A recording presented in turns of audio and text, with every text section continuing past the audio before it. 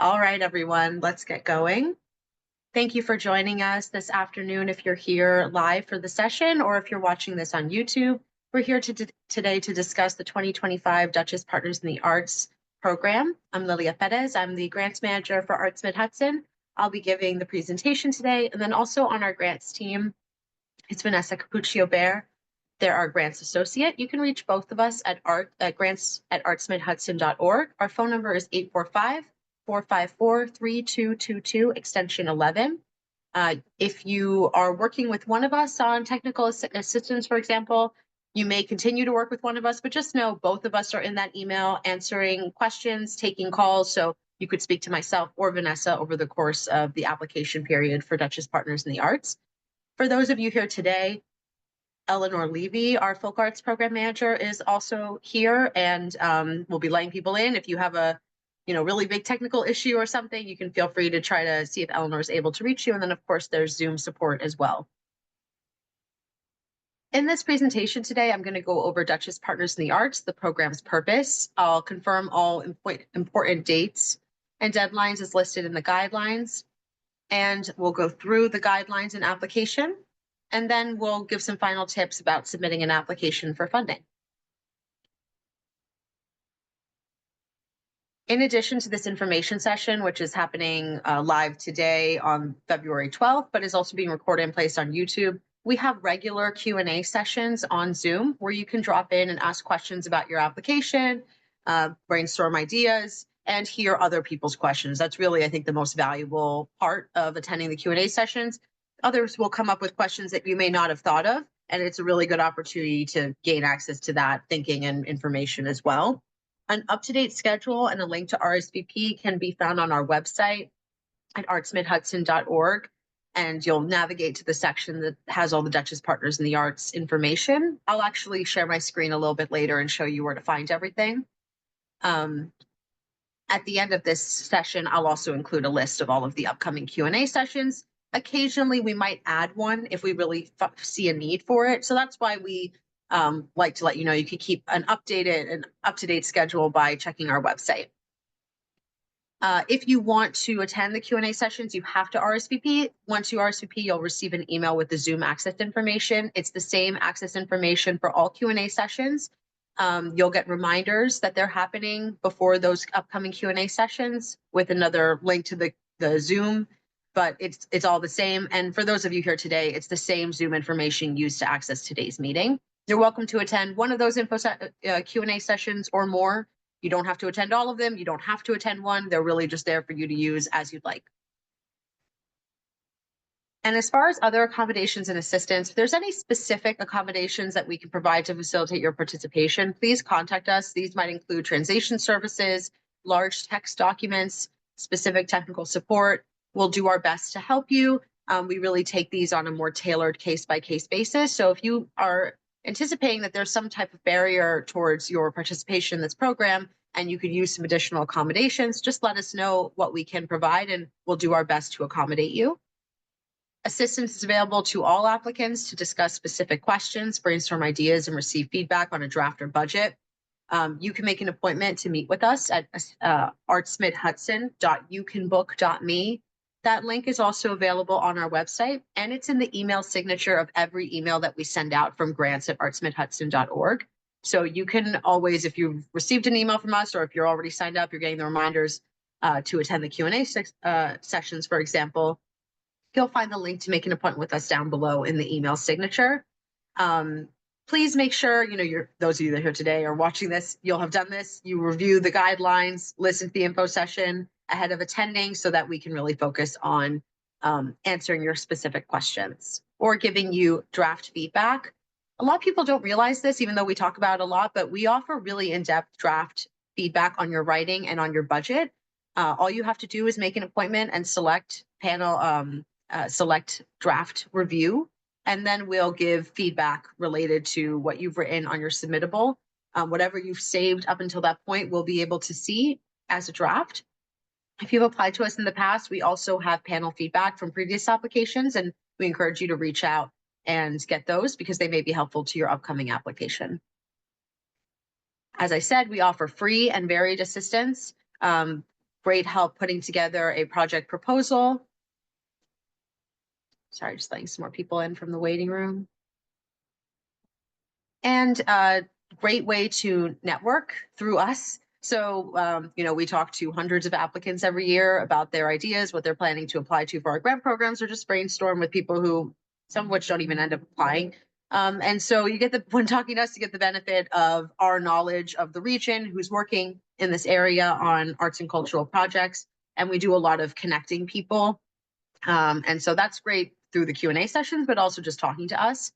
And it's great to get some feedback about your proposal before you submit. This is a program that has a lot of specifics that make for a really competitive grant proposal. And so it's a really good one to get some feedback on before you submit. Okay, I'm going to go into the program's purpose.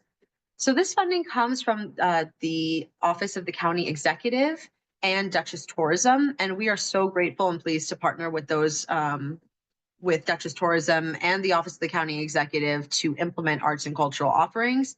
And through this program, we're seeking partners that have a history of achievement in the arts, good management, stable finances, and self-sustaining programs with the potential to make a measurable impact. There are two sides to Dutchess Partners in the Arts. There's two different grant opportunities within this one program. And organizations are able to submit one application for each. So you can submit one programmatic support request and one capacity building initiative request. I'm going to go through the separate goals for each program so you understand the main focus of why we are doing each of these funding programs. So for programmatic support, this is to support arts and cultural programming in Dutchess County as a means of attracting visitors to our region and having a meaningful impact on tourism in Dutchess County.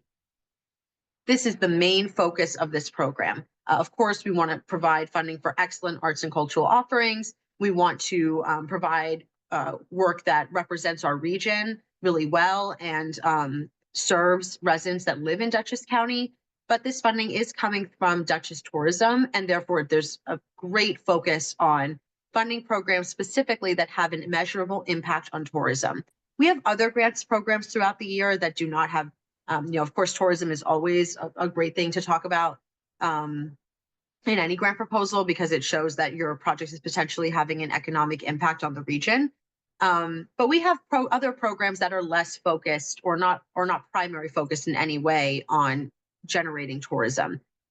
This program is. And so if your project is not really fitting into that requirement, that's an immediate thing where I would recommend, if you still really want to apply, reaching out to us and identifying how your program could have a meaningful impact on tourism. We're great to brainstorm about that with. And if it's just not the right fit, that's perfectly fine. There are other grant programs that will be available to you this year to apply to. We really are very focused on this charge that we've received from Dutchess Tourism and from the Office of the County Executive to make sure that these funds are really going towards programs that are focused on tourism.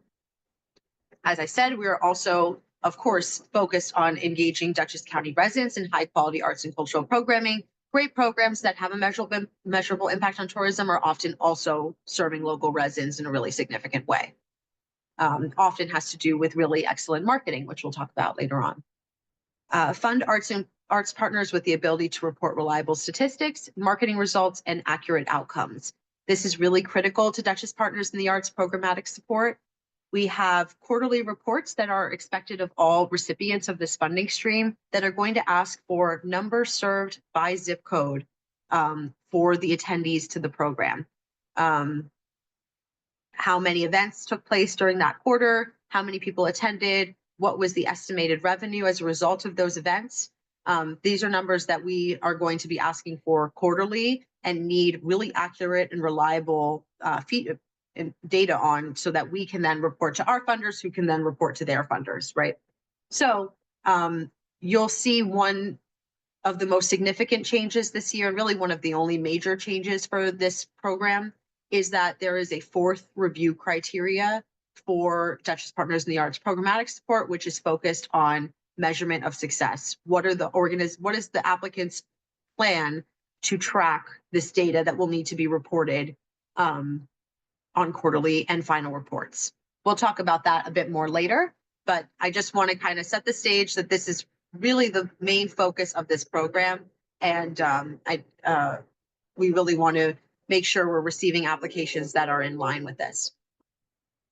Capacity building initiatives, again, you can submit one application to programmatic support and one application to capacity building initiatives. You can, of course, only apply to one side of it if you'd like, but you are welcome to submit one to each. Capacity building initiatives are focused on supporting nonprofit arts and cultural organizations in Dutchess County in efforts to grow, expand, or improve their work and positively impact the arts and cultural scene of Dutchess County by strengthening established arts organizations which benefit residents and visitors. So here, we're really interested in supporting capacity building initiatives of existing arts and cultural organizations so that they can expand their mission, grow what they're doing, maybe work a little bit more efficiently within their organization or expand what they're able to do. And then what is the ripple effect into the community? How is it positively impacting the arts and cultural scene of Dutchess County? How did that strengthening the organization have an impact on residents and visitors? Right, I'll confirm the important dates. Of course, the most important date is the deadline, Tuesday, March 11th of this year, 2025 at 11:59. So that's exactly when the application will close on submittable. All applications are accepted only on submittable. You'll need to make an account there, and that's nice because then you'll be able to, you don't have to do it all in one go. You can save your draft and come back to it later. I'll show you a little bit on submittable later on as well. You're likely to receive grant notification in April 2025. We don't put an exact date on this because it is, of course, dependent on how the review period goes, how many applications we receive, that we don't have to reschedule a panel meeting, for example, which has been the case, at least with, happened a few times last year for various programs. You're very likely to receive grant notification in April, and funding receipt is soon to follow once we have received the funds from the county, and all contracts for those that were funded are in so that we can move forward and have a reception and hand out checks. Funded projects must occur from January 1st of this year to December 31st of this year, 2025. So that means we can fund retroactively. If you are seeking funding for something that already occurred, you're going to be tasked with your task is slightly different than those who are, proposing something that has yet to occur. If you are proposing something that has occurred, you really want to talk about what happened, have really clear numbers and data around who attended, have great documentation of the program. And it might be the case that you're seeking funding for a series of events. Maybe there's 10 events over the course of the year that you're seeking funding for, and 2 of them already occurred. Then that's great. You can focus on giving a kind of proof of concept by showing how the first 2 went, what the numbers were, what the success was like, and then, proposing what you will do for the remainder of the year.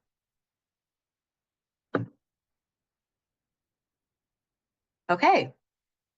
I'll just take a step back to confirm. This is the deadline for both programs, both application, the capacity building and the capacity building and programmatic support are both due on Tuesday, March 11th of this year, 2025 at 11:59 p.m. Okay, I'm going to go through capacity building initiatives first and talk you through what that side of the program is like and what to expect on the application.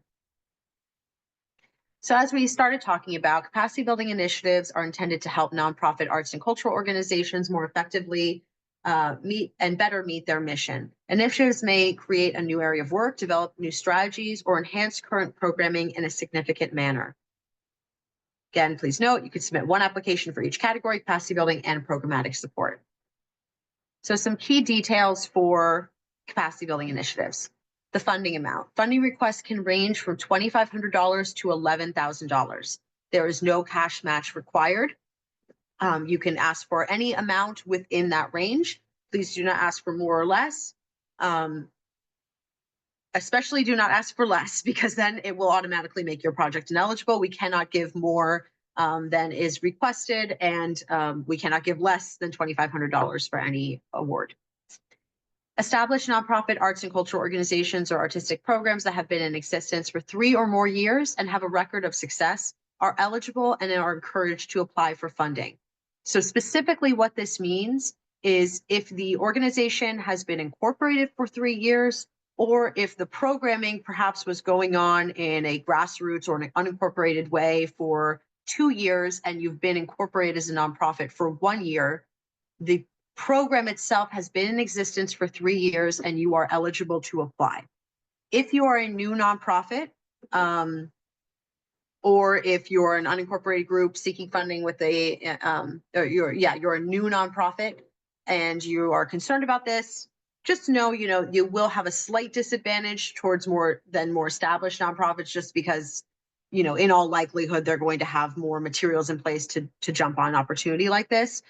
If you are a new nonprofit and need support and have been doing programming for at least 3 years, whether as a nonprofit or in a grassroots or unincorporated way, please touch base with us so that we can make sure we're taking that into consideration when you're putting together your application.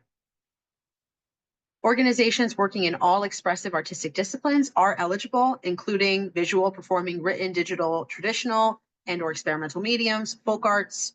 There are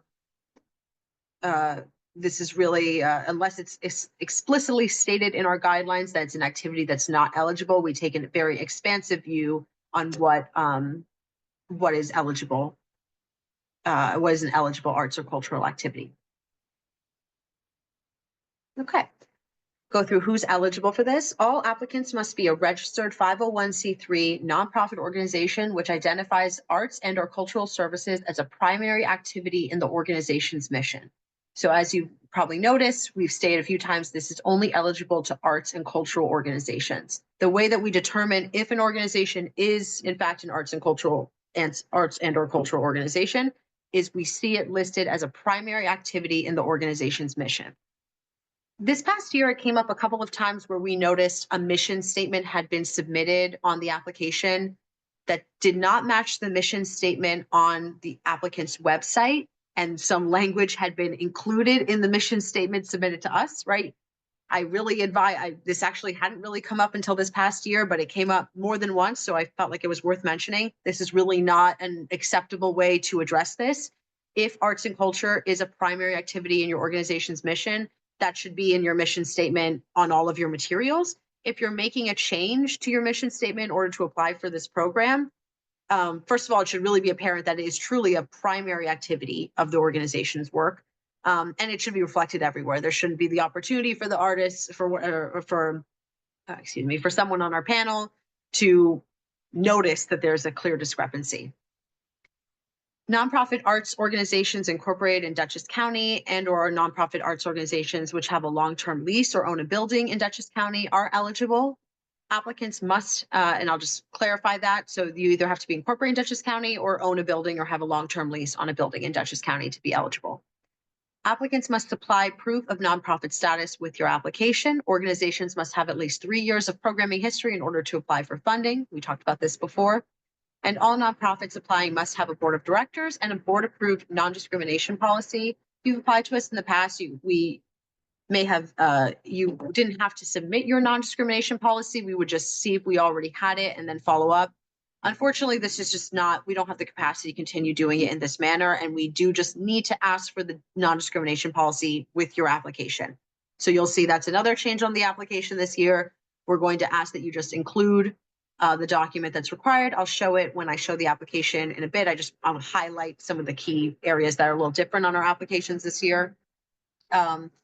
And if you've applied to us in the past, that same document that you supplied to us in the past is what you will upload there. If you're a new applicant and you have questions, please reach out to us.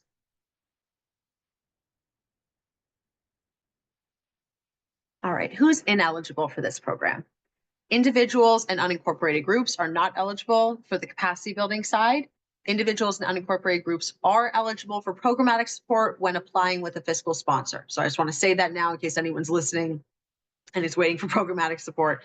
For the capacity building side, it's only nonprofit 501c3 registered nonprofit organizations that have arts or culture listed as a primary activity in the organization's mission. Incorporate in Dutchess County or have a long-term lease or own a building in Dutchess County. Public school districts, their components, aka PTA organizations, 2 or 4 year public universities or colleges, and their supporting foundations New York State agencies, departments, including SUNY schools, and county level government agencies and departments are all ineligible for this program. Entities incorporated as for-profit, including LLCs, are ineligible for this program and all of our funding programs.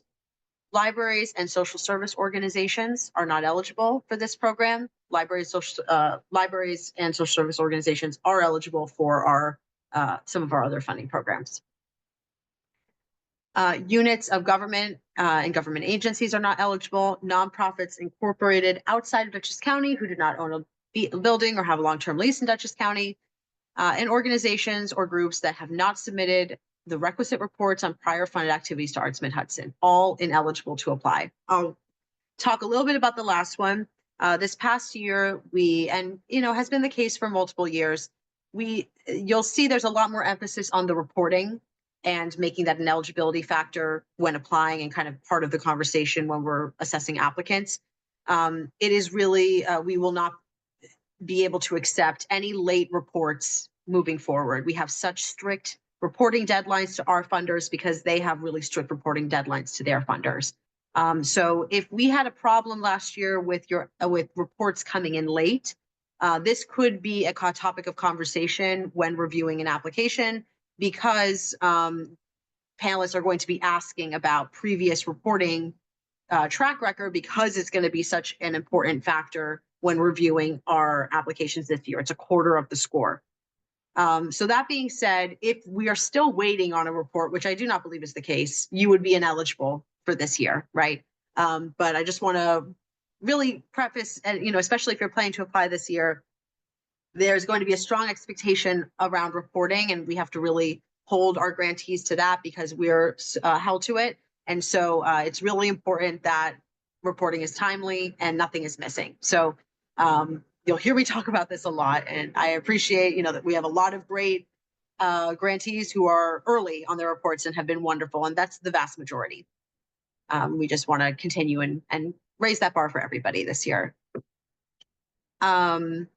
Okay, and what's eligible for a capacity building initiative? So as a type of initiative, may include but are not limited to strategic planning or board development, new or expanded staff positions, training for staff and board and or volunteers, capital improvements, technology improvements, website or equipment upgrades, audience website or marketing plan development, especially for materials that are evergreen, are not related to specific programs for the year, but are more about raising the awareness of the organization and their work annually.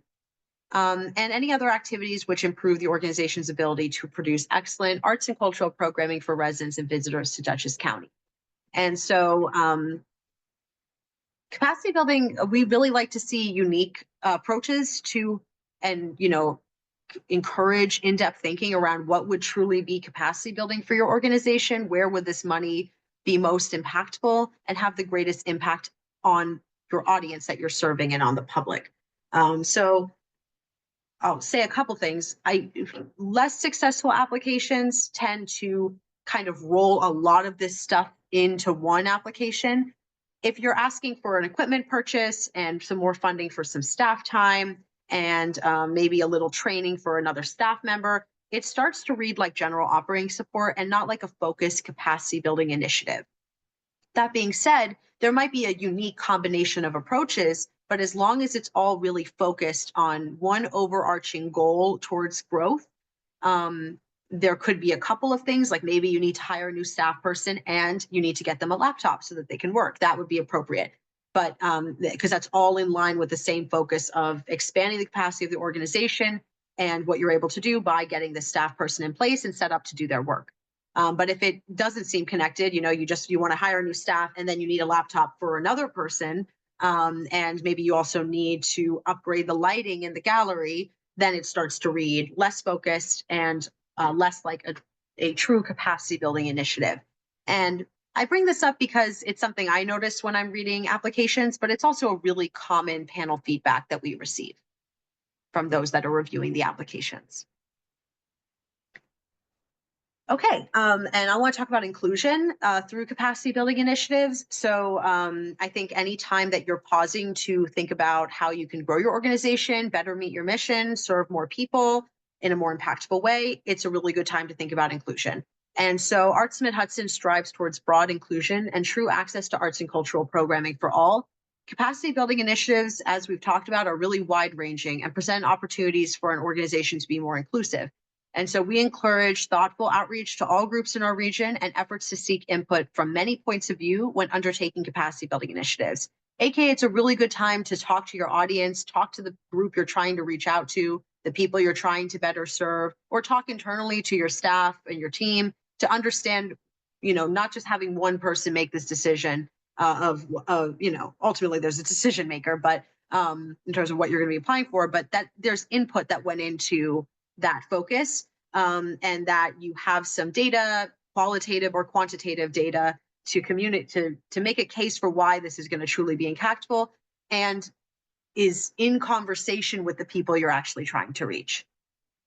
So this may include specific outreach to historically underserved audiences. These groups who may have limited access to arts programs, services, or resources due to, these are groups that may have limited access to arts programs, services, or resources due to location, race, economic status, gender identity, sexual orientation, age, religion, disability, or other factors. And some groups underserved by the arts in our region may include Black, Latino, Indigenous, Asian, people of color, LGBTQIA+, disabled, elder, youth, rural, and or low-income audiences, and then all of the intersections that exist within these groups. So if you're, saying in your application, we really see an opportunity to grow our audience and better serve the Spanish-speaking population in Dutchess County, and it's going to expand our audience. It's going to generate increased revenue for our organization. It's going to impact the artists that we're able to hire. It's going to impact the funding streams that we're going to be seeking. All of these different things. Doing that without input from that community is not going to give you the most competitive proposal. And you're kind of leaving really good information on the table that would be helpful to you. So I would encourage you to think about it that way and to really take this as an opportunity to be thoughtful about what you're submitting. Of course, the deadline is coming up in a month. I would hope and that if some of this conversation has already been happening, what can you I think this is an ongoing, Arts Mid-Hudson likes to engage in a lot of surveys and trying to understand who we're reaching, making it an ongoing practice for your organization so that you can have this information at your fingertips when applying to our grants programs or any other grant programming. It's really important to understand your audience and understand how you can reach out to an audience that typically doesn't engage in arts programming or in your programming. Okay, now I'm going to give some specific tips around capacity building initiatives, like some specific types that we often see and some considerations for you. So for new or expanded staff positions, making a case for why this hire is important to the organization at this time, considering how your constituents will benefit from the hire or how you might be able to expand your audience. Pause there and talk about both of those. So what's always important to any funding request is the why now. Why is this important to do at this time? How are you set up to manage this new hire at this time? Really make sure that their time is well spent, have a strong impact on the capacity of your organization, meeting your mission, and impact on the community. And so then thinking, why is it important now and how is it going to have a ripple effect beyond our organization and expand your audience, better serve your mission, whatever it might be, depending on your goals. Talking about, and you'll see in the application, it'll ask, how will the job be posted? Because this is something that comes up. Sometimes you're going to be applying for something, new staff position where you've already identified the person that you want to hire. I can't really say which side is more competitive because I've seen such fierce arguments on either side from previous panels in the past, where some panelists really firmly want it to still be, don't want the person to be selected yet, or if they are, want to be clear on what the robust selection process was, that it was open to the public. Or, if you are hiring, they might also, I've seen other panelists just really like seeing this is the person who it's actually going to be. Here's the resume. We clearly see their qualifications. It looks like they've made a good choice. So it really depends. And I would just, be honest about where you are within the process and transparent whether you already did the selection process, or if you're planning to, how it will be posted and shared with the public as an opportunity. Talk about what the new staff person will accomplish. sorry. Yep. What the new staff person will accomplish as a part of the role, how it'll expand what you're able to do. And then if it's a person, a new hire that will be ongoing, how will that position be sustained? Or is it a one-time consultancy? The application will actually specifically ask you that. So we're really clear on that, because we've had applications in the past before we specifically asked that were, left it for us to be our assumptions about whether or not it was going to be going on beyond the funding period. For expanded staff hours, include new tasks and explain like what they've been doing and what they're going to be doing now in addition to their previous work. That's really important. You'll see it's going to directly ask you that on the application, but these are all long form questions that are up to you to answer however you'd like. That is what you want to talk about. You want to make sure these questions have been answered somewhere within your application. You'll see on the capacity building initiative application, there's several long form questions. Some of them we'll talk about when we get to the application, but I really encourage you to read the whole application and get a sense of what's going to be asked, and maybe answering some of the more specific long form questions first and leaving that information there. You do not need to repeat yourself on the application. You just want to make sure that the information is complete. Some tips for technology and equipment upgrades. So you want to explain the organization or the staff's capacity to use and maintain the new technology or equipment. Who on staff is going to be working with it? What's their expertise like? How will it be maintained? How will it be, maintained well so it'll have, get the most out of the lifespan for whatever that piece of technology or equipment is. Consider accessibility. It's a good time if you're thinking about making technology or equipment upgrades to think about the accessibility of those, of the software you're thinking about or the equipment you're going to be using, and how likely it's going to be user-friendly for your staff moving forward. Consider if you need a customized solution, which may be more costly, or identify an off-the-shelf alternative. Be clear on why that approach is best for your organization's needs. So we've had a variety of requests for, I'll use the example of like a software upgrade where maybe they want, an organization wants to upgrade the way they're working in some way. And so they're considering either getting kind of like an off the shelf, we need a new donor management system. So we're going to get Donor Perfect. And we want funding to get that started and get the initial, pay a consultant to kind of migrate some of our data over to the new system, and do some training with our staff on how to use it over the long term. That would be reasonable. Another organization might say, we need to achieve the same goal. We need a donor management system, but this is our really specific need and it's kind of different. And we've done the research and understand that some of these off-the-shelf options are not really going to fit our needs and what we need to do. So we want to hire a software developer who's a software engineer who's going to, put together a program for us that's a custom fit for our needs. Both are acceptable. It's just about making a case for why you've chosen that route and why it's a good use of funds for and going to be impactful and serving the ultimate goal of expanding your organization and what you're able to do. The benefit to the organization or the audience need to be clearly defined. Again, what's the ripple effect? Because we got a new projector for our space, what does that mean for the community? What does that mean in terms of what we're able to present? What's the expanded experience? Are we able to reach new people because we're going to be getting a new piece of software that's going to encourage more people to attend that maybe hadn't attended in the past? And then what is the lifespan of the new equipment? All technology and equipment has a lifespan. I think just awareness of that is a good thing to show so it doesn't look like you're oblivious to that. Some tips for marketing and outreach initiatives. So these are things, again, they're not specific for the project that you're doing for that year. They should be generally, maybe marketing or outreach initiatives that are for the organization as a whole. So we really encourage, again, being thoughtful, research-based, and realistic around what you're trying to do. Use the funding as an opportunity to expand your current audience, and think about hiring individuals from the groups to which you are trying to reach out, people who have expertise or in previously reaching a specific audience. And, they might be a part of that group or they might have a lot of experience. Either way, talking about their qualifications in the proposal. So it's really clear that, what methods are you using and how likely they are to be successful. As we talked about before, we encourage seeking input from individuals from historically underrepresented groups, particularly if you're trying to do a marketing or outreach plan for that group. Think about the relevancy of the programs you're trying to the audience you're trying to reach. If you're trying to expand, you have an aging population, that is your typical audience. You're trying to reach a youth audience. Some information, qualitative, quantitative, anecdotal, something along the lines of how you got to understand that by doing this, you will actually reach that audience, that younger audience that you're trying to reach.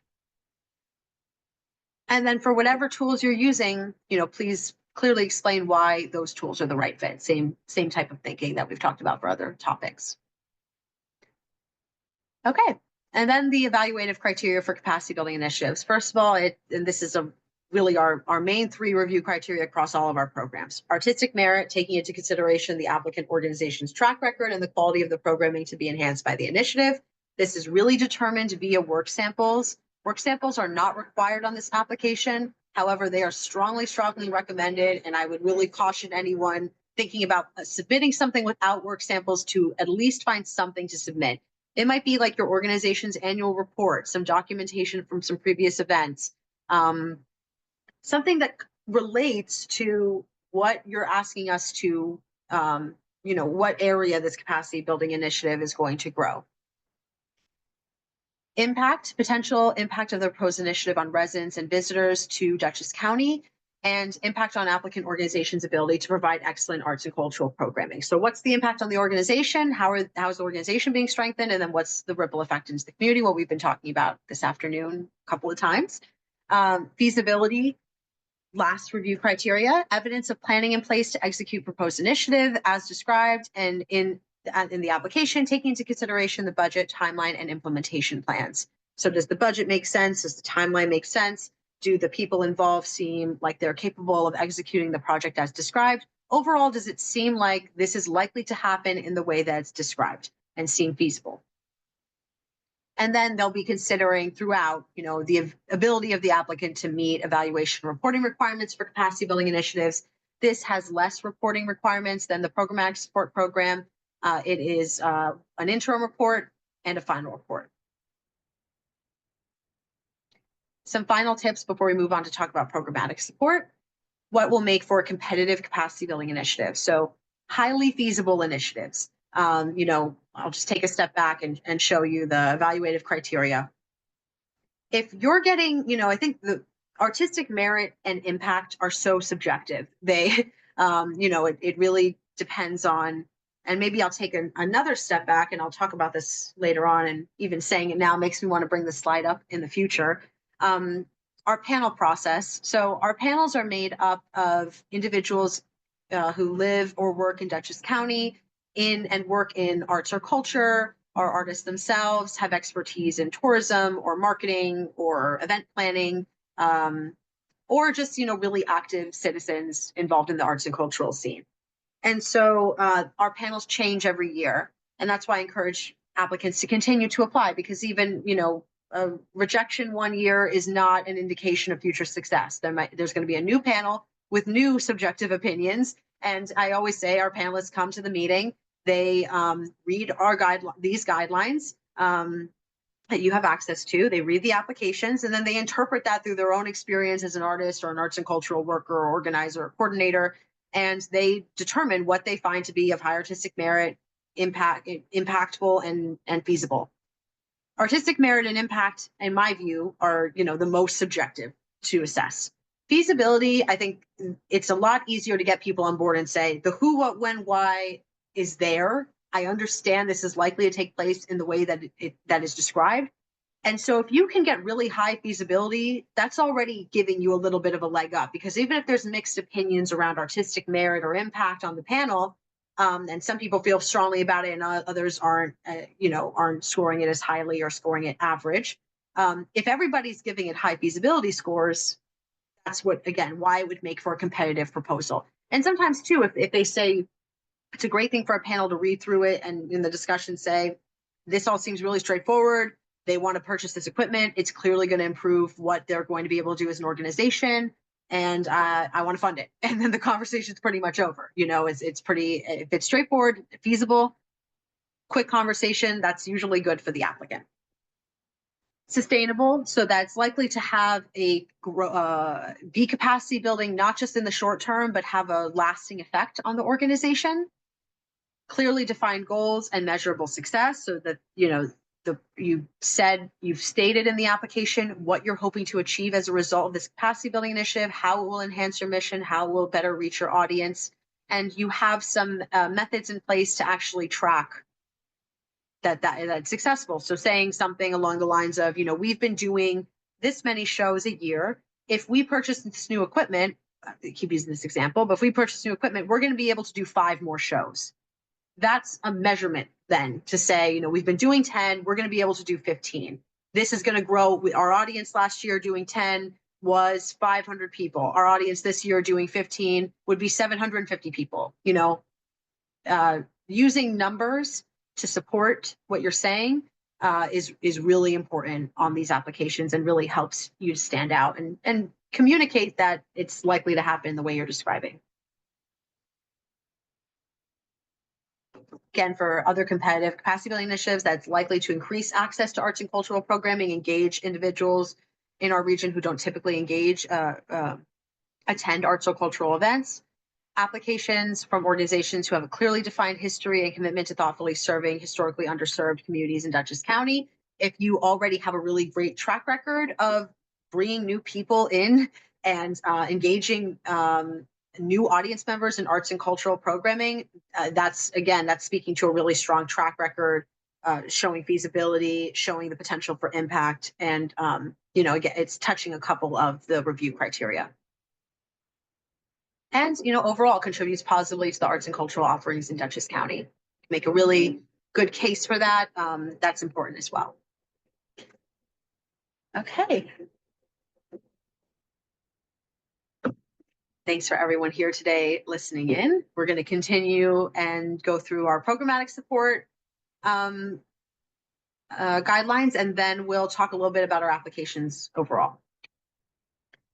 Programmatic support. So the objective of this category is to provide support for arts and cultural programming throughout Dutchess County that will have a measurable impact on tourism, engage local residents, and or contribute to the vibrant arts ecosystem in Dutchess County. Applications will be considered from partners that have a track record and demonstrate the ability to manage logistics and deadlines effectively. A key component to successful partnerships in this funding program is the ability to report reliable statistics, marketing results, and accurate outcomes. Again, you can submit one application to programmatic support, one to capacity building. All right, a couple notes about what we've talked about a lot at the beginning of today's info session, the focus on tourism and economic impact. So again, all programs must have a stated focus on generating a measurable impact on tourism in Dutchess County. Programs must be open to the public and take place in Dutchess County. Successful programs will include stated goals and expected outcomes related to the program's economic impact. And applicants must demonstrate the ability to meet evaluation and reporting requirements, including tracking attendance by zip code and earned revenue as a result of the funded project. And I actually took that bullet point directly from the new description for this review criteria in the guidelines. So we'll come back around to this. All of this to say, tourism is of the primary focus, and you know, presenting really high quality arts and cultural programs that have a measurable impact on tourism. And also then the ability of that applicant to report on the impact. So it's both, that we're having that impact and we're able to actually report on it. And so I think there's no question in my mind that this program has an amazing track record over the years. Our awardees have had an incredible impact on tourism in Dutchess County, at least in the 9 years I've been here. But I think there's some numbers being left on the table, and we could really be tracking more and telling an even more compelling story about the incredible impact that arts and culture has on bringing people to our area, and supporting, and how that impacts local artists, local small businesses, the hospitality industry, childcare, transportation, the dining industry. So there's so many different ways and we'll get there, and I'll give you some tips about how to think about presenting that in your application. The funding amount for programmatic support, funding requests can range from $500 to $5,000. There is no cash match required. Establish nonprofit arts organizations or artistic programs that have been in existence for 3 or more years and have a record of success are eligible and encouraged to apply for funding, as we talked about at the beginning. Individuals and unincorporated groups may apply with an eligible fiscal sponsor, but still must have a really clear impact on tourism, whatever the project might be. And again, all mediums are eligible, expressive artistic disciplines, including visual, performing, written, digital, traditional, folk arts, experimental mediums. Okay, some eligible programmatic support requests. These include, but are not limited to, arts exhibitions, performances such as concerts and live theater, presentations such as film screenings or readings, arts and or cultural festivals, and unique experience and interactive activities that have a measurable impact on tourism. Okay, who's eligible? All applicants must be a registered 501c3 nonprofit organization, which identifies arts and or cultural services as a primary activity in the organization's mission. Again, that is determined when we look at the mission. Is it stated in the mission that the primary activity of the work is focused on arts and or culture? Nonprofit arts and cultural organizations incorporated in Dutchess County have a long-term lease or own a building in Dutchess County, or organizations which implement significant programming in Dutchess County are eligible to apply. So the organization does not need to be incorporated or own a building or a long-term lease in Dutchess County. Those are obviously eligible, but organizations that implement significant programming in Dutchess County are also eligible. I'll give an example of New York Stage and Film for their summer series. That program, they're not incorporated, they're incorporated in New York City, but they do significant programming annually in Dutchess County and therefore are eligible. Unincorporated groups or individuals who are fiscally sponsored by an eligible nonprofit organization can apply. We'll talk about fiscal sponsorship in a moment. And I'll just take a step back to say, implement significant programming is a little bit subjective and gray, right? So it's really up to the determination of the panel. If you have a question about that, please reach out to us and we can let you know. If anything, we would just, I'd be interested to see how they react, and you can apply if you've done programming in Dutchess County in the past and leave it up to the panel to determine whether or not they find it to be significant. Questions about that, make an appointment, we can chat. All nonprofits applying must have a board of directors and a board-approved non-discrimination policy. Organizations must have at least 3 years of programming history in order to apply for funding, and applicants must supply proof of nonprofit status with their application. Okay, some information about applying with a fiscal sponsor. So for an unincorporated group or an individual applying with a fiscal sponsor, know that the fiscal sponsor is the legal applicant on the application. They're basically extending their nonprofit status to the individual or the unincorporated group so that you can access these funds. Your nonprofit serving as a fiscal sponsor must meet all of the same eligibility criteria that we just talked about in the last slide, the eligible applicants. They must meet all of this criteria in order to be eligible to serve as a fiscal sponsor. The project must take place in Dutchess County, and the sponsored individual or group must be based in Dutchess County as well. Nonprofit organizations may submit directly and serve as a fiscal sponsor for one additional project. So if you're an organization, you're applying to us directly for your own programmatic support request, you can also fiscally sponsor one additional programmatic support request. Couple things to consider here. It should not look like you're trying to get around the limit and that it's basically your program and the fiscal sponsorship is just a way to get around the limit. The panels can kind of figure that out pretty quickly if that's the case. I also just want to address that some applicants feel like they don't want to serve as a fiscal sponsor because it's going to hurt their chances of being funded. I would really push back against that.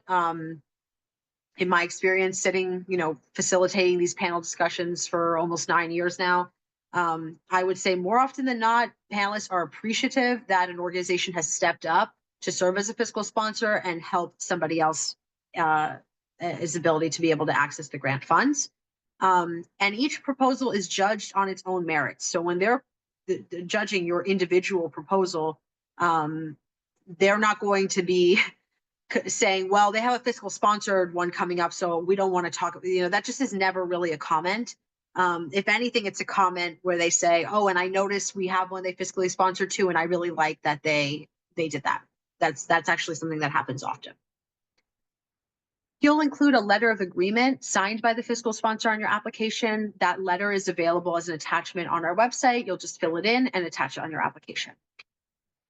Who's ineligible? Individuals or unincorporated groups who do not have a fiscal sponsor, public school districts, their components, meaning PTAs, 2 or 4 year public universities and colleges, or their supporting foundations, New York State agencies and departments, county level government agencies and departments, all ineligible. Entities incorporated as a for-profit, including LLCs, are not eligible to apply or be fiscally sponsored by a nonprofit. You cannot apply as an LLC with a fiscal sponsor, nonprofit fiscal sponsor. It would have to be an individual applying, and it really should not appear to be that LLC's work. And this is just a way to using the fiscal sponsor as a workaround in some way. Libraries, social service organizations are not eligible. Units of government agencies are not eligible, and organizations or groups that have not submitted the requisite reports on prior fund activities to Arts Mid-Hudson. If you have any outstanding reports, don't think that's the case, but you would not be eligible. Some thoughts about inclusive programming, which we already talked about a bit with capacity building, but under slightly similar framing, but slightly different. All Dutchess Partners in the Arts programmatic support funded programs must be open to the general public. Arts Mid-Hudson strives towards broad inclusion and true access to arts and cultural programming for all.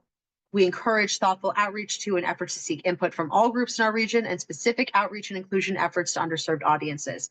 And I bring this up too because this is something that we get a lot of questions about from our applicants, that they want to expand their audience to a specific group and they're not really sure how to do that, or they're not having success doing that. We offer that seeking input from the group you're trying to actually reach is the way to start. And that's where you're going to get a lot of really good information that will be helpful to you in terms of coming up with a strategy to expand your audience, have a greater impact on tourism, greater economic impact, and support more artists. Groups that may have limited access to arts programs, services, or resources due to these are groups who may have limited access to arts programs, services, or resources due to location, race, economic status, gender identity, sexual orientation, age, religion, disability, or other factors. Some groups underserved by the arts in our region may include Black, Latino, Indigenous, Asian, people of color, LGBTQIA+, disabled, elder, youth, rural, and/or low-income audiences. And I'm just, of course, this is a very similar slide, and a lot of these are similar to ones we talked about before, but some people, when watching the video, jump to the specific category they're thinking of apply to. So I want to make sure everybody gets the same information. Americans with Disability Act or ADA compliant locations. So priority will be given to activities that take place in locations that are fully compliant with the Americans Disabilities Act or ADA Section 504. Priority may also be given to activities that include additional methods to make the arts accessible to audiences or plan for temporary measures necessary to make sites accessible. Really, the reason that you would be given priority is because you're making efforts to reach more people, and that is completely in line with the tourism focus and our efforts to reach more residents in our region. So if you have a really strong plan to reach more people or make your project or program more accessible, it's going to make you more competitive within the applicant pool. Some expense priorities. So priority may be given to programmatic support requests for the following expenses. Artist fees, this is always our #1 priority, paying artists. Marketing expenses, particularly important to tourism-focused programming. Consumable art supplies and materials, materials or supplies that you need logistically just to be able to do the work. And efforts to increase accessibility to arts programming. Anything that's going to expand who's able to attend, where people are attending from. These are great things to request funding for. All right, and our evaluative criteria for programmatic support. Again, first 3, similar to capacity building, but framed a little bit differently. Artistic merit, taking into consideration the programs or the participating artists and the applicant organization's track record. So, you know, what are you proposing to do this year? And do you have a strong track record of excellent artistic merit? Impact, potential impact of the proposed program on tourism within Dutchess County, impact on access to arts and cultural programming for Dutchess County residents. Feasibility, evidence of planning in place to execute the proposed activities as described in the application, taking into consideration the budget, timeline, implementation plans. Does the budget make sense? Timeline makes sense? Key players involved seem likely to execute the project as described in the proposal.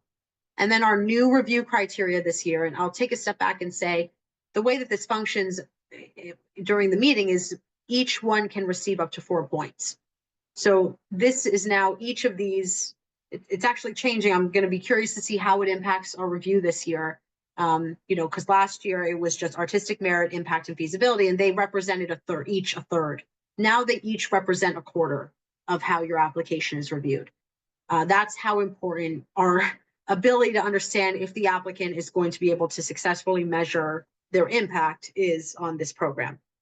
So the last review criteria, success measurement, ability of the applicant to meet evaluation and reporting requirements, including tracking attendance by zip code and earned revenue as a result of the funded project. We will look at the application. I will show you the exact question where they will be going to really base most of their determination of how they, I'm sure there'll be other places in the application that will inform it as well, but there's one question in particular that is very relevant to this review criteria. And I'll just also note artistic merit, you know, the work samples are really what they're looking at there to judge artistic merit and your description of who's involved. If you don't know, for example, who the artist involved will be, it becomes very difficult to judge artistic merit. So I'd keep that in mind. Okay, what makes for competitive programmatic support requests? Positive impact on tourism and impact on Dutchess County residents. Tourism and impacting residents as well. And, you know, I think a balance, something that comes up a lot, and I'll just address here because this question often is, we will fund artists that are, you know, it's totally reasonable to request funding for artists who live in Dutchess County to be paid, or artists that are coming in from outside Dutchess County.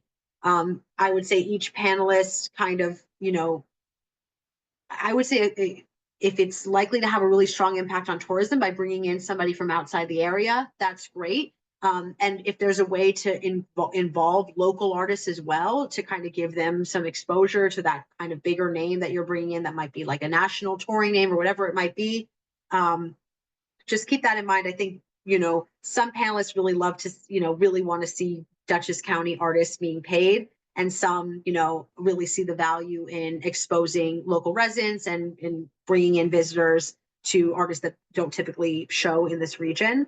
But I think you kind of get the benefits of both when you do a combination of those.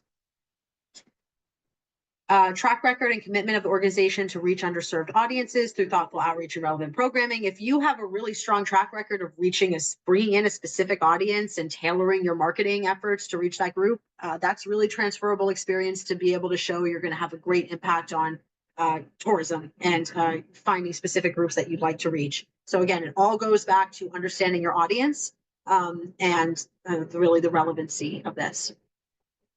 Strong marketing and promotion plan in place, that, you know, there's a strong plan in place that's going to let the public know about the great work that you're doing and turn out people and have an impact on tourism, and ability to monitor and report on program goals, outcomes, and attendance, as we discussed. Okay, I'm going to get into some final tips around the application and also just show you where to find stuff on our website before we wrap up.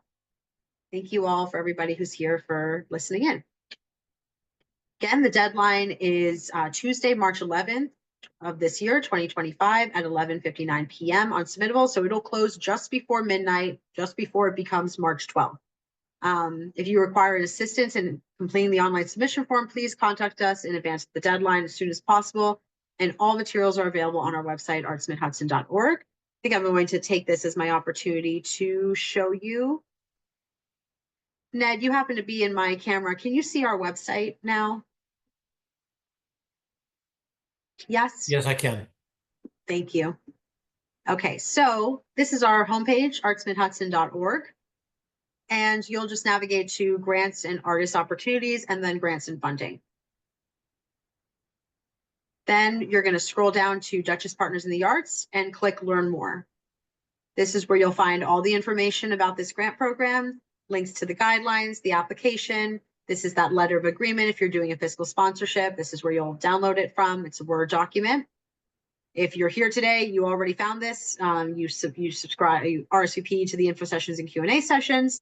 This is the link to make an appointment with us. And this is our ongoing list of Q&A sessions. You can also click here to go to our full previously funded page. And if you're interested, take a look at who has been funded in previous years. We have lists going back to 2015. And I will just jump back over here. I think I will.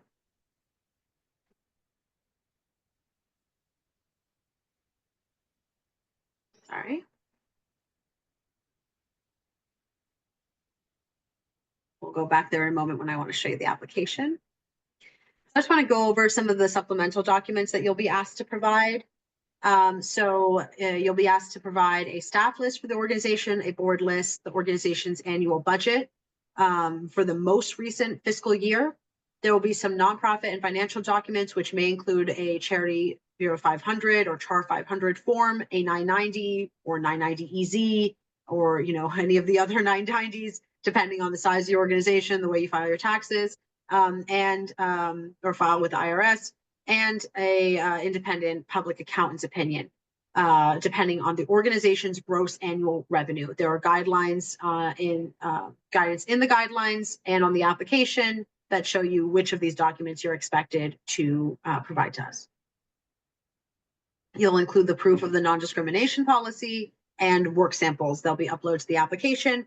Do not include links to outside places to see work samples in place of a work sample. Our panelists will be reading a lot of information.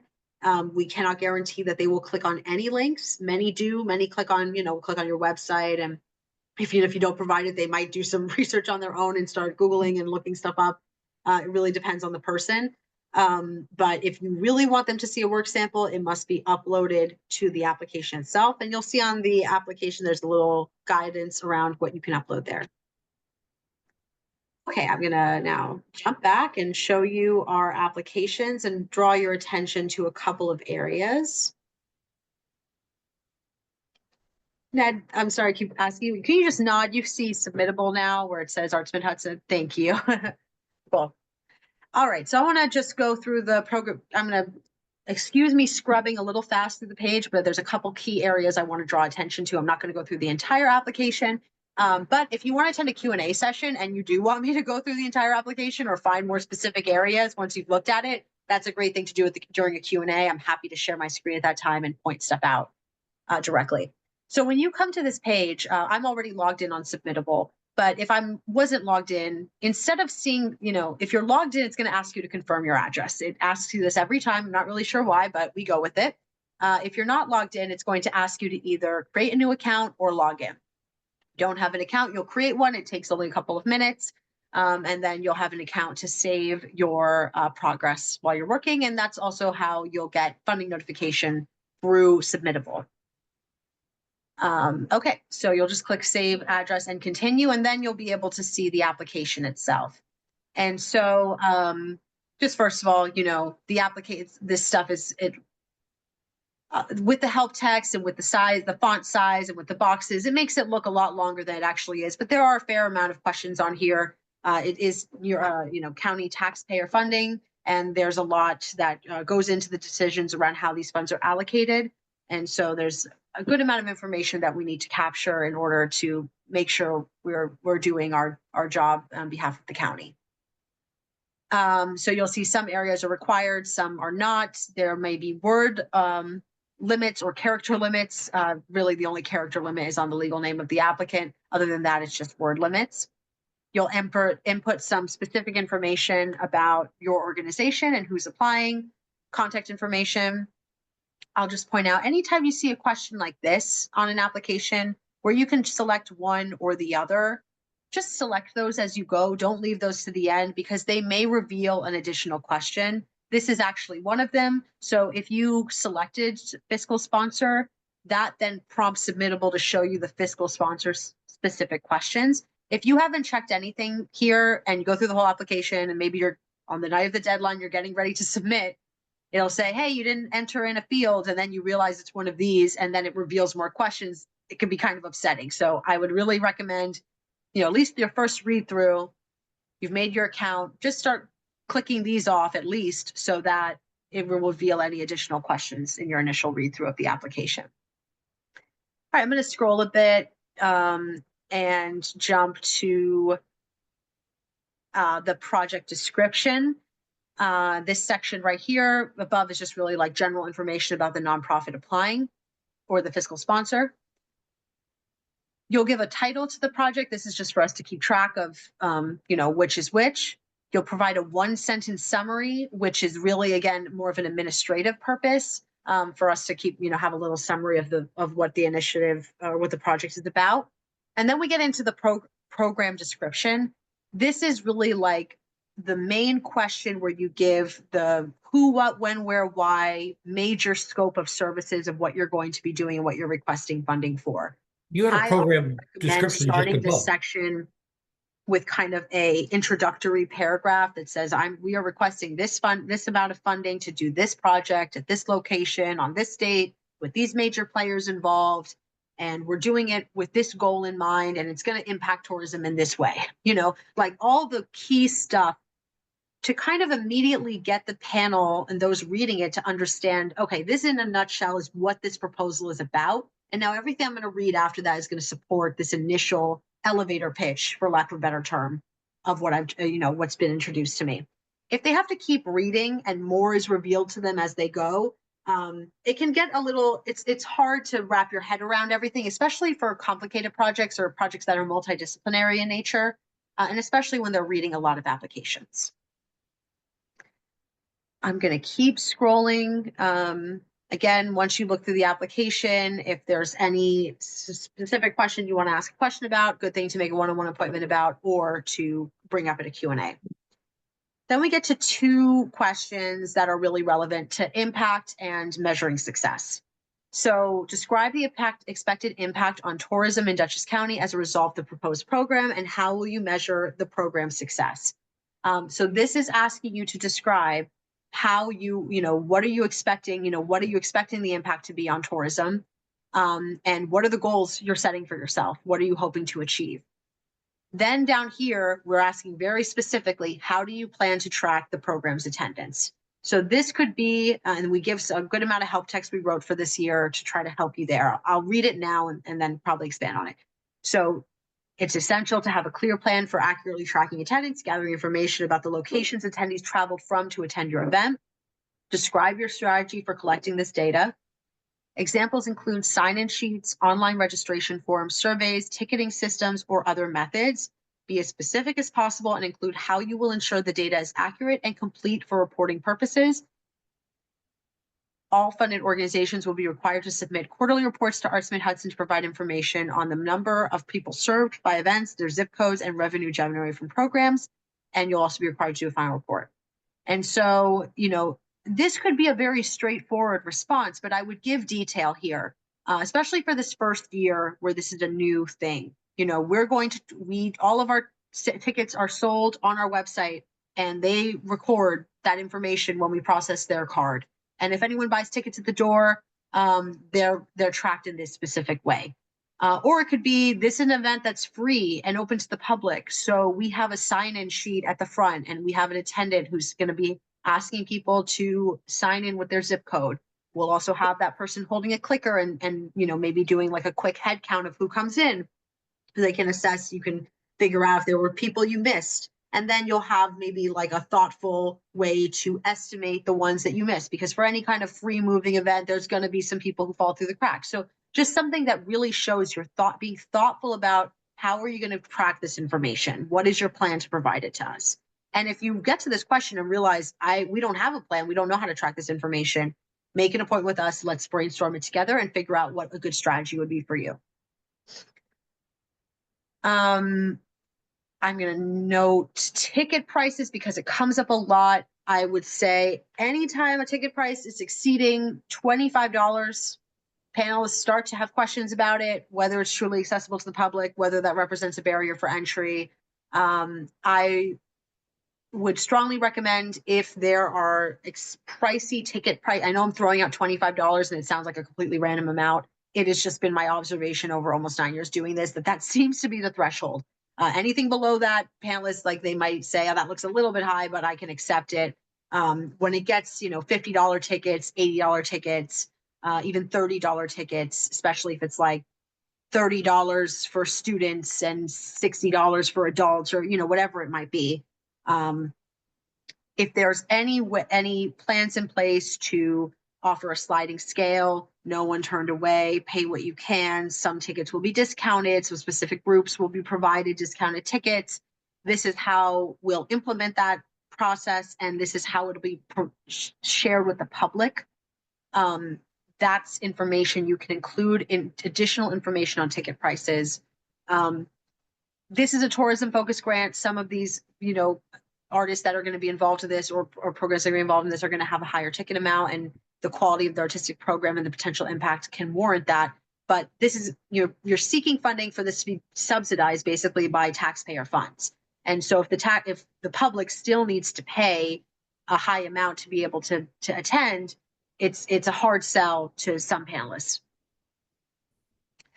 I will show you quickly on the budget, and this is something we can go more in depth on a Q&A session or in a one-on-one appointment.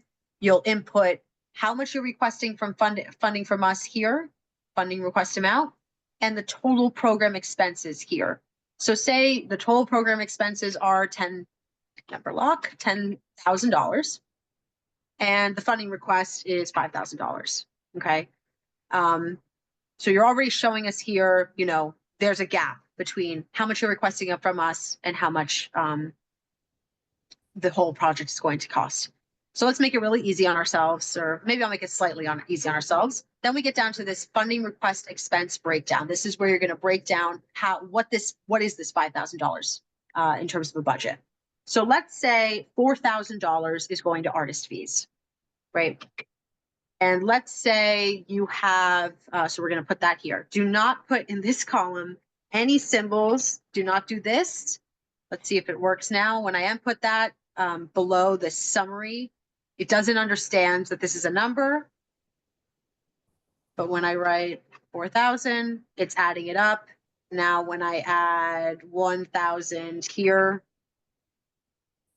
it's adding it up. You'll see there's a note about this here in the help text, but we get at least, I would say, 5 applications every year where this is happening. So please don't let it be you this year. Don't put any symbols in this column. All right, so jumping back, let's say 4,000 for artist fees. Let's say that there's a headliner artist involved. I'm going to say headliner, but you might say the artist name. And they're going to be receiving, now let's do it a different way. Let's say it's a group, music, like a performing music. I'm going to say music group for lack of a better term right now. Okay. And just to kind of show you something. So let's say they're going to be $2,000 because there are 4 people in the group. And then you have 2 other performers. So let's say I'm performing and I'm going to be getting $1,000. Nice. And then let's say Eleanor, our folk arts program manager, is performing and she's going to be getting $1,000. So what I've done here now is, and this is just a little thing to note here. You can expand this out. If you get into that view, you can change it by clicking the X. This will expand for us. It will not get cut off for us, but for when you're working on this, this is what's going to happen. You're going to have to scroll through to check. I recommend just selecting all of it, maybe just moving it down here, making sure it all looks good, and then copying and paste it up there. And so this way you're showing, this is a group. And these people are each getting $1,000, and this all adds up to $4,000. This is a lot better than just doing this, which is what we get sometimes, where the explanation column is totally blank and it just says $4,000 and we have no idea who's getting what. So this would be a simple way just to show that breakdown.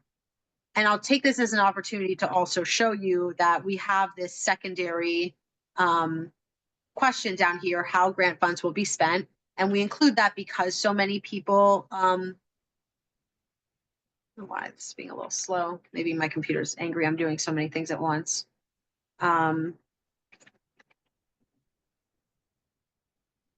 let me copy and paste, which is really weird. But you know, we know the description that we just did, right?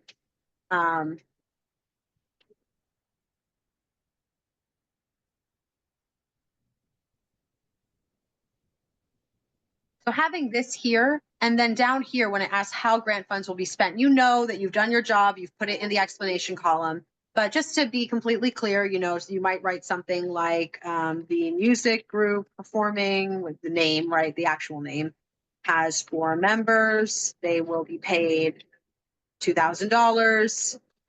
Individual performers will be paid $1,000 each. You might also include there, like, one is traveling from far distance as well, and that's included in their artist fee, whatever it might be, context to understanding why you've done this. So this can kind of function as a budget note section.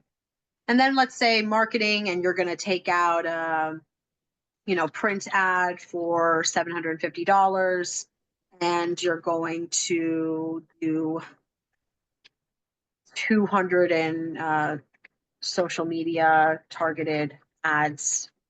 You're going to do $250. Being specific here about what you're talking, I'm using general terms just to, like, you know, get us through this example, but this would be like a pretty straightforward way to be clear around what these numbers mean and provide explanations. One more thing I want to show you with the budget is jumping back up to what we did at the beginning, right? So total project expenses is $10,000. Funding request is $5,000. There's that $5,000 gap. There's a question here that asks, how will you pay for expenses not covered by your funding request from this program? So you might say, we have 5,000, you know, I'm writing it pretty casually right now. We have 5,000 in additional expenses, which include artist fees and space rental. We have sought funding from another funder, you know, X funder, and have received $3,000. The remainder will be paid from ticket sales and organizational budget. Right. So you're saying, what are the additional expenses? And do you have any other funding secured? And if not, where are you going to seek the remaining funding? A more detailed response, of course, but that's just quickly, you know, in a nutshell, how you want to answer that. I think I am going to stop sharing this, other than to show one more thing, which is this nonprofit non-discrimination policy attachment. This is where it is. It's in with all the other attachments that you're going to do for the nonprofit. The non-discrimination policy should be on the organization's letterhead, signed by a board officer, and include the date the policy was ratified. So it could be like a letter from a board member saying, we ratified our non-discrimination policy on this date. This is what it says. Or if it's just a non-discrimination policy that's included in the bylaws or in the personnel policy, you can just include that document. Then it doesn't need like a signature or a date on it. It just needs the document itself. Okay, almost done here. Thanks for your patience. Going to give some quick tips around applications in general.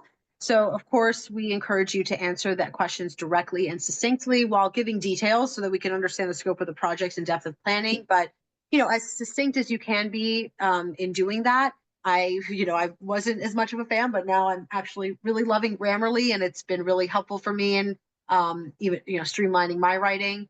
And it's also great to have another set of eyes to ask, you know, to have eyes on, are there additional, is there wordiness? Are things being repeated? Can we say this more directly or succinctly?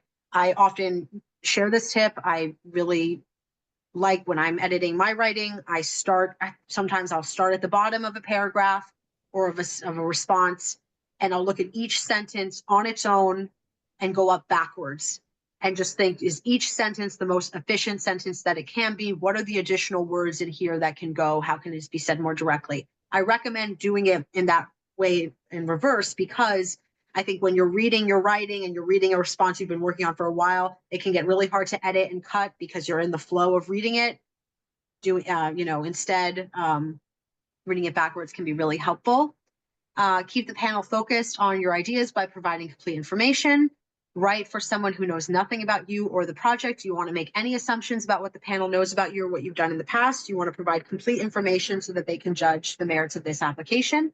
Show evidence and of the evaluative criteria and reference the goals and priorities of this program. Reference the language that you see on the application and the guidelines. It's the same language that the panelists are going to use to prepare to review your application.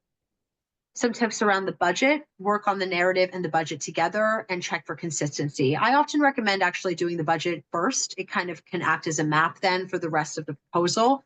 But at least make sure that if you're working on them in tandem, if you write a whole application and then sit down to do the budget last, you might find that your budget, the writing you've done doesn't reflect what you're actually requesting funding for. And what you're requesting funding for is the most critical part of your application. So when you've done your budget first, you can really keep that front and center in your writing and make sure it's well supported. A really good, unfortunate example of this is we often get requests for documentation of an event that we funded, and it's not referenced anywhere within the narrative, but it's just then included as a line item on the budget, like $2,000 for documentation.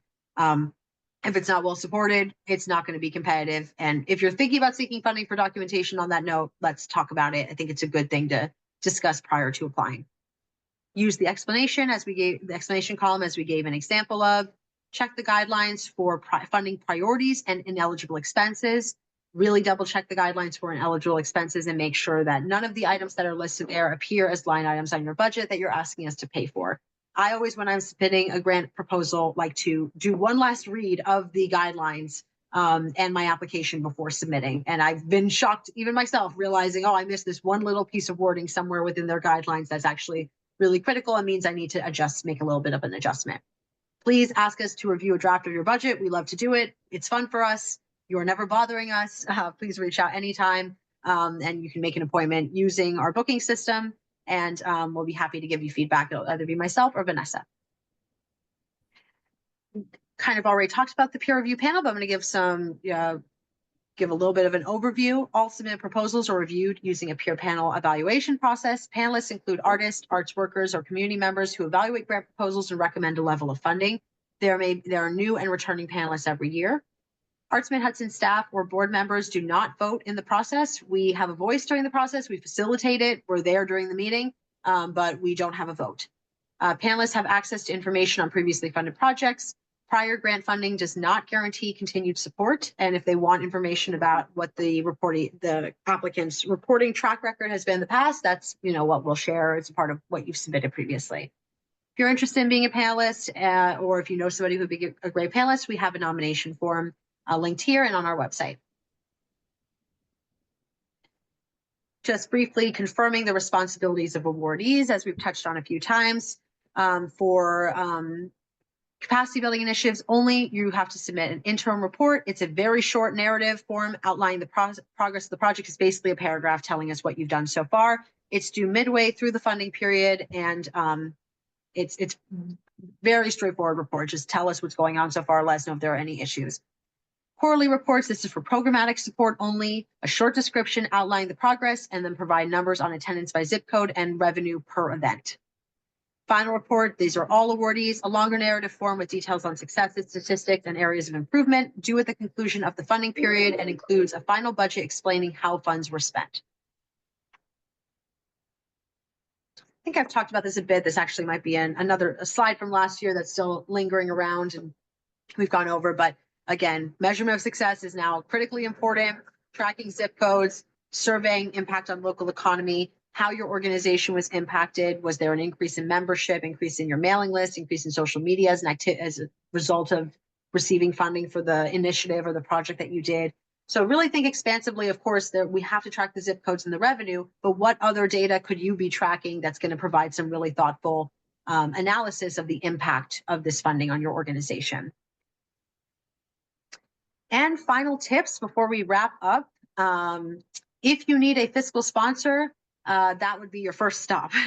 If you are thinking of applying and think you have a really good project and need help identifying who would be a good fiscal sponsor, this is something we could brainstorm with you if you'd like. Just reach out to us. I would say sooner rather than later.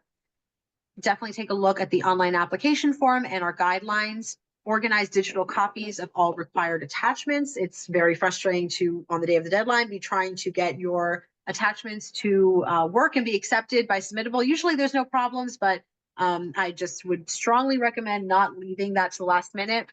If you can, get those documents done and attached to your application as soon as possible, even if you are still writing. And at any time, make an appointment with Arts Mid-Hudson to get some feedback. We typically see less requests for appointments during Dutchess Partners in the Arts than some of our other programs, which makes sense because it's a lot of really seasoned arts and cultural workers who are putting in these applications. But even if you've been submitting for years, reach out to us. It's always good to have a second set of eyes on stuff. Here's the list of Q&A sessions, February 18th, February 24th, February 28th, March 3rd, March 6th, March 11th. You can see the full list on our website. It's included in the email if you signed up and are going to be receiving reminders. Try to put them on your calendar, which one you want to attend, and also look out for reminders from us.